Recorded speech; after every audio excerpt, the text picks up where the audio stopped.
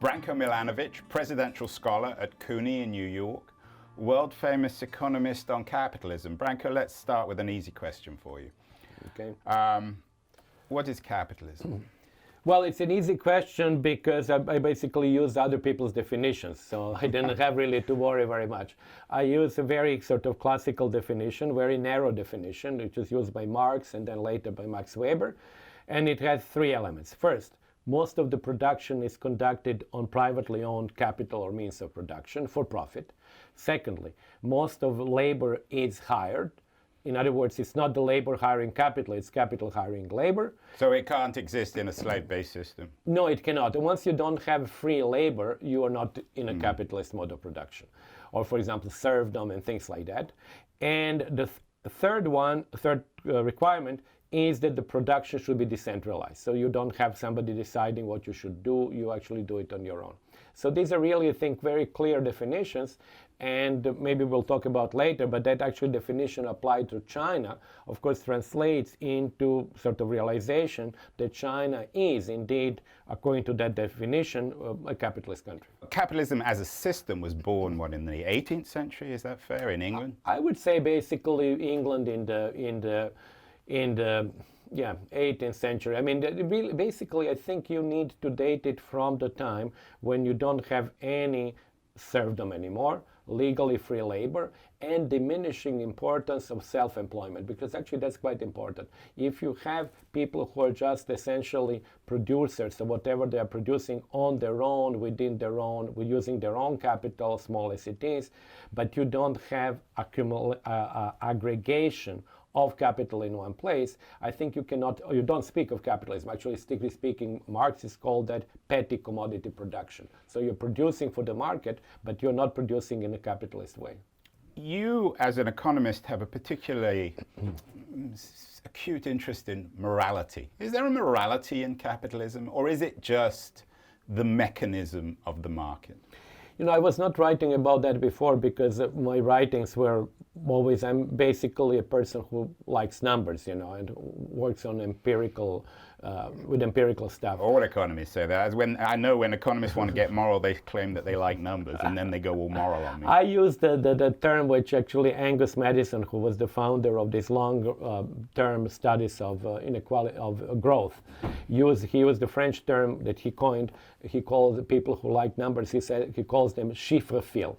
So people, I mean, as he did actually like the numbers, I like the numbers too, inequality. But in this book, I actually wanted to go a little bit beyond my This is Capitalism Alone. Right, in this book, Capitalism Alone, I wanted to go a little bit out of my comfort zone. So in the last chapter that deals with possible future of capitalism, I introduced discussion of morality, and actually that goes back to Adam Smith. You know, I think actually there is, if you want, I think there is a somewhat of a contradiction, understandably, between theory of moral sentiments and the wealth of nations, and I believe that capitalism has to be essentially an amoral society, not immoral obviously, but amoral, and more so, where law replaces moral inhibitions that in principle we had through religion or whatever ideology or ethics. So in that sense, I think there is a compatibility between immoral behavior and capitalist behavior. And is that something that Max Weber pioneered, the notion of immorality in the market?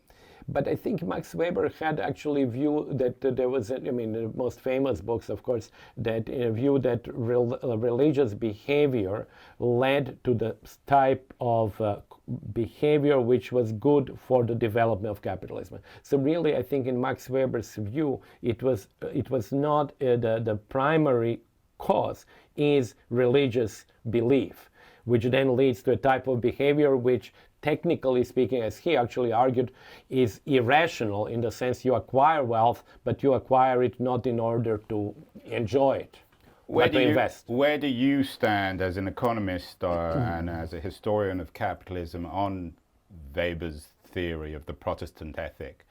Were the original capitalist pioneers, the founding fathers, if you like, of capitalism, were they driven by alienation, by a sense of loneliness? Was this obsession with work and the accumulation of capital, was that originally founded in religion? I'm obviously not somebody who is a specialist of religion. When I read Max Weber, of course I was very influenced because the arguments that he makes, and especially with respect also to Calvinist upbringing, and then Protestantism in general, are very powerful. Mikio Morishima made similar arguments for the sort of Japanese type of Shintoism being a form of religion which led Japan to a path of high imitation of Western approach and then high growth. But I think extending it too much might run into some problems, because we used to consider difference between Catholic countries and Protestant countries as being Protestant being more capitalistic, Catholic being less, or take Orthodox countries or Jewish religion and link with capitalism. But I think that that distinction doesn't seem to me to really hold water anymore, because when you look at the developments in many parts of the world, you actually don't see only Protestants really becoming richer and everybody else basically doing nothing. It has changed.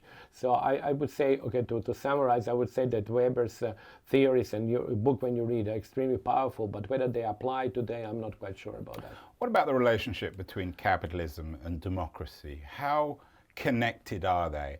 Or is the history of capitalism and the history of democracy, are these histories which exist in parallel? That's actually, I find that despite the of course, very broadness of the question, I find it a little bit easier, because if you do a simple analysis of what is considered democracy today and look at countries that are capitalistic, and going back to, for example, England in the beginning, and then the US, and then Western Europe, and then Japan, and so on, the association between capitalism and democracy is relatively weak. Because you had, if you define democracy as full right of vote, for example, you basically don't have it in the UK until women's vote starts in 1919, I believe. And the franchise was not complete throughout the 19th century. So it went up and down, but it actually never was 100% even for males. In the US, similarly, when after the revolution here, you had only 4 states which actually had universal male franchise. So you don't have what we call today democracy really during very long periods while capitalism was developing. And I can go with further examples, obviously, like more recently with Spain, Portugal, Greece, in Southern Europe, or Brazil, which was obviously a capitalist country until the dictatorship and so on. So I don't think the association is very strong. Now, the question that can be asked is whether really democracy existed before capitalism. And it's actually very hard to find evidence of that, again, if we use today's definition, because obviously Greek societies would not actually be democratic. Given, though, the association and the way in which people seem to muddle up capitalism and democracy, could we argue that the contemporary crises, and you may agree or not whether it actually is in contemporary crisis, but the perception of the contemporary crisis of democracy and of capitalism are caused by the same things: inequality, alienation, injustice? Yes, they could be caused by that. But let me just say something about the question that you asked me. I think that when we actually make this association between an economic system which is capitalist and a political system which is liberal democracy that exists now, we are, I think, very often projecting something in the past which was not there before. So that was what I was answering the previous question. The association, in my opinion, is very weak. So when we ask now the question, what will happen in the future, we should not keep these two things together. And one of the objectives of the book is also to look at political capitalism where we don't have a democracy, but we do have capitalism. So likewise, you can actually argue that in the future, the two can also get dissociated. And we should not really believe that there is a certain commonality which must exist between the two. Now, what is causing the crisis, ideological crisis of capitalist sort of behavior or way of organizing production in the rich world, I think is largely the result of the crisis and of the result of a slowdown of growth in those countries, and finally the result, the product of people in those countries, especially the middle class in those countries, falling down in the global income position. And that was, I think, something which is a new development. If you take the UK, actually everybody in the UK, even poor people in the UK, for the last 150 years, or even maybe longer, had been at a relatively high position globally. So they were in the top quintile, top 20%. Well, with the rise of China and also other countries in Asia, their position would naturally sort of decline. And I think this is the adjustment to that we are actually living through now. Can capitalism be re-engineered to fix some of its most glaring problems, particularly of inequality? Yeah, I think it can be re-engineered, and actually it can be re-engineered. I mean, we have seen in the past the ability of capitalism to actually reinvent itself. If you compare, for example, the capitalism that existed in the West in the 1950s and the capitalism that existed in the same countries before World War I, they're quite different capitalisms. You know, in terms of the taxation level, in terms of the role of the rich, in terms of different benefits like unemployment benefits, child benefits, healthcare system, educational system. It is a tremendous change. So when people say that, of course, capitalism, some people who actually defend a kind of a rather extreme version of capitalism that we have been living, well, somewhat extreme in the last 30 years, they actually imply that it is like the normal version, but in reality it is a version that exists now, but we have seen other versions in the past, and we have seen other versions in countries like, you know, Sweden or Denmark and so forth. Is there a European, and particularly a Northern European version of sort of social welfare capitalism, which is obviously in contrast to the American version and the Chinese version? I think there is. I didn't actually emphasize that because I really believe that actually the European Nordic version of capitalism is actually a subspecies of a broader Western version, where the American case is most dramatic. And of course we have most data, and actually it is like, I'm not going to use that in a sort of a moralistic way, but when you study diseases, it's always better to do it on an extreme case, because it's actually the features are more easily observable. And in the case of the United States, it also happens to be the largest country and the most important country. So I would see Denmark, despite what I said before, that it's obviously different from the US system, that it is a subspecies, part of the same species. But I would not see China, obviously, to be part of the US type of system. You may remember in the 2016 primary debate between Bernie Sanders and Hillary Clinton, Sanders was articulating an appreciation for the Danish-style social welfare capitalism. And Hillary turned to Bernie and said, "We can't all be Denmark." Can we all be Denmark when it comes to capitalism? No, we cannot all be Denmark, because there are really conditions in Denmark which are, of course, different from other countries. You know, it is first, it's a small country, very high level of education, cultural similarity, ethnic similarity. As you know, actually, in response to that very fact, I think Denmark's policies on immigration are probably the most severe in Europe as we speak. So it's not as enlightened as some people think. I don't think it's fully enlightened, and we should really be very clear to sort of, how should I say, discuss some other elements. It could be that Denmark, I'm sort of putting that on the table, that Denmark can remain Denmark only if it does follow very restrictive immigration policies. So it's a possibility. In other words, that actually not allowing sort of a change or dilution of this cultural similarity is a requirement for you to have a welfare state where the behavior of people is predictable and very similar. So I think in that sense, I don't think that we can all expect to be Denmark. But that does not mean that we have to have, like the US now does under, you know, with Trump, a lower tax rate on the very rich than it had for a long time. So, you know, there is space between what is happening now in the US and what is Denmark. What's your prognosis on the long-term viability of the Chinese model? Can China engineer a capitalism without political democracy? Is this the model that may become the most attractive for developing countries in the 21st century? You know, I think when we speak of China, we have to speak of two parts. There is a supply and demand function. The supply is whether China would be willing or is keen to export its model. And, you know, one can have some doubts about that because historically, as we know, China has been rather reluctant to engage in the wholesale export of its model so long as they actually had tributary sort of acceptance of the tributary functions of the neighboring states. They were not particularly keen on that.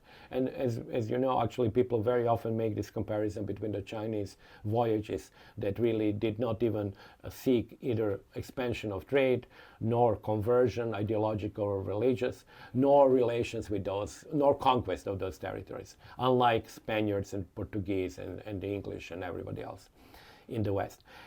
But I think that might change because we are talking about the past and now we're talking about the globalized world where China now, what we see in the beginning of that function, it has, you know, Belt and Road Initiative, has the new investment bank, which they basically have patterned a little bit after what the Americans did after World War II. So I think we see the beginning of the export.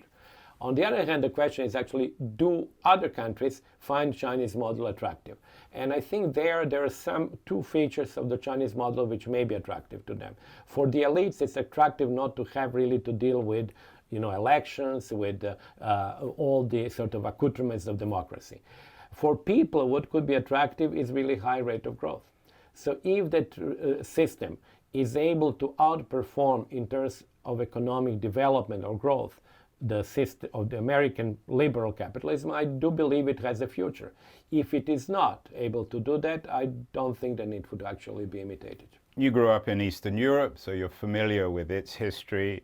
In the 1950s and 60s, there were attempts, particularly in Hungary, for the regime to sort of implicitly at least trade political and economic rights by suggesting that people would accept not having political rights if they were wealthier, if they had more food, if they could travel a little bit. Is that an exchange that you think, I know you're an economist rather than a political philosopher, but is that an exchange which has long-term viability? Yes, let me put it very clearly. I do believe actually that exchange does exist. Now, if you look, for example, at sort of a lexicographical approach that Rawls, for example, is using, he says we cannot trade, exactly, we cannot accept the trade for that because, of course, freedom is a primary good, and actually that freedom comes as number one requirement, and we cannot accept the trade-off between freedom and economic prosperity.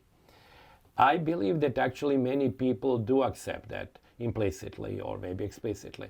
And to answer your question, for example, I do, and maybe they are different from many other people, I do think that actually the failure of communism and the change in Eastern Europe and the rejection of communism was essentially an economic failure. And I ask a question, had communism been, for example, successful economically, if people from, you know, Hungary were suddenly to have incomes which are twice incomes of the English, wouldn't, and, you know, be able then obviously to travel and to display their wealth and so on, wouldn't then the attraction of that system be much greater? I think the reason why it eventually failed is because it could not deliver on economic growth. Some idealists, perhaps even utopians, imagine what they call a post-capitalist world. Paul Mason, the English political writer, even entitled the book Post-Capitalism. Right. Is that a contradiction in terms? Can you imagine a post-capitalist world, or is capitalism today so entrenched, whether it's the Chinese model or the US model or the Northern European model, is it something that we're just, as a species, we're just going to have to live with forever? Forever is a long time. So even you know, Keynes. What did Keynes say about the long term? Yeah, well, we're all dead in the long term.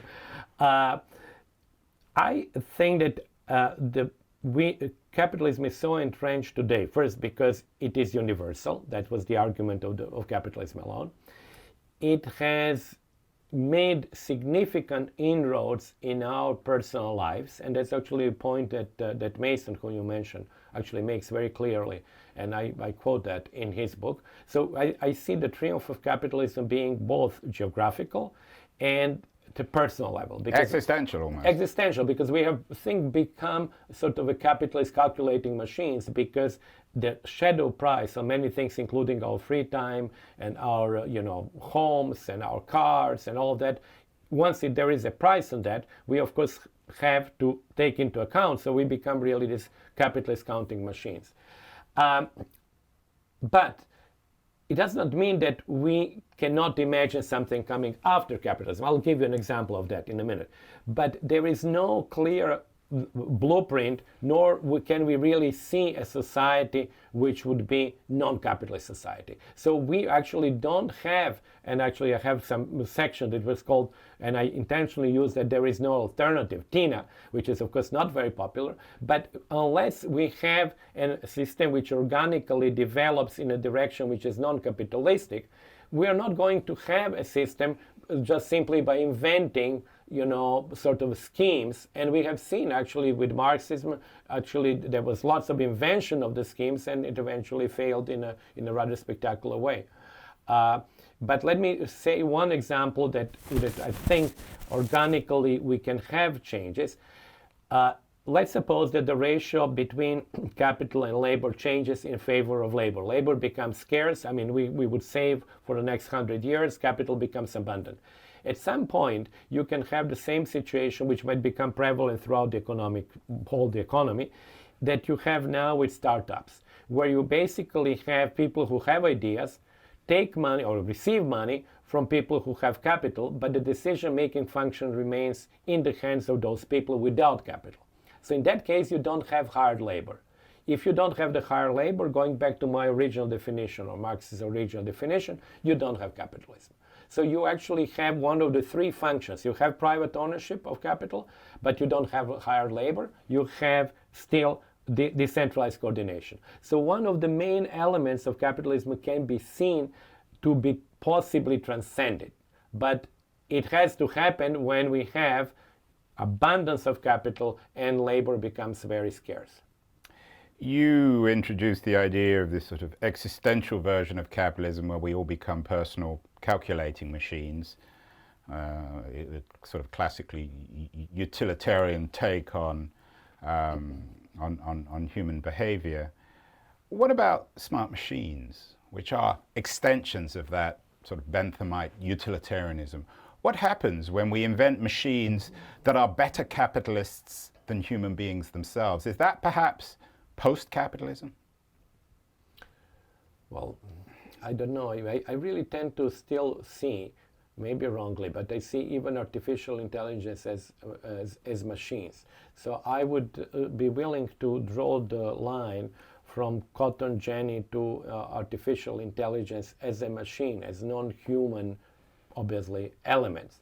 But it is true that I've actually heard people, and I have not read the books, but I've heard people actually arguing that with artificial intelligence, we are really maybe entering a world where the machines would be almost reproducing themselves. And that would be fundamentally different from what we had in the past.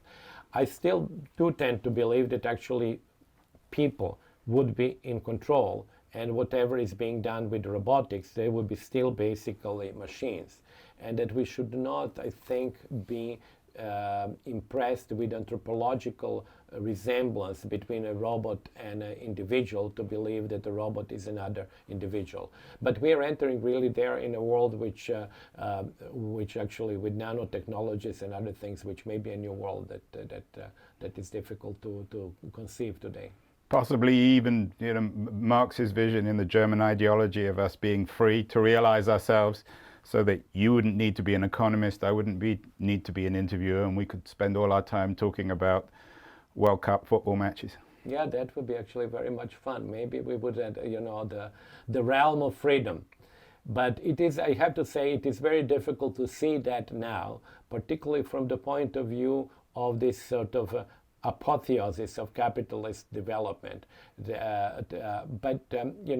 can speculate on that. It could, it does have certain value to speculate, but I don't see it happening. As I said before, I see it happening only if there, to use the Marxist terminology, if there are objective and organic developments which lead to this change in the rapport, in the relationship of power between capital and labor. But other than that, I have a hard time seeing it.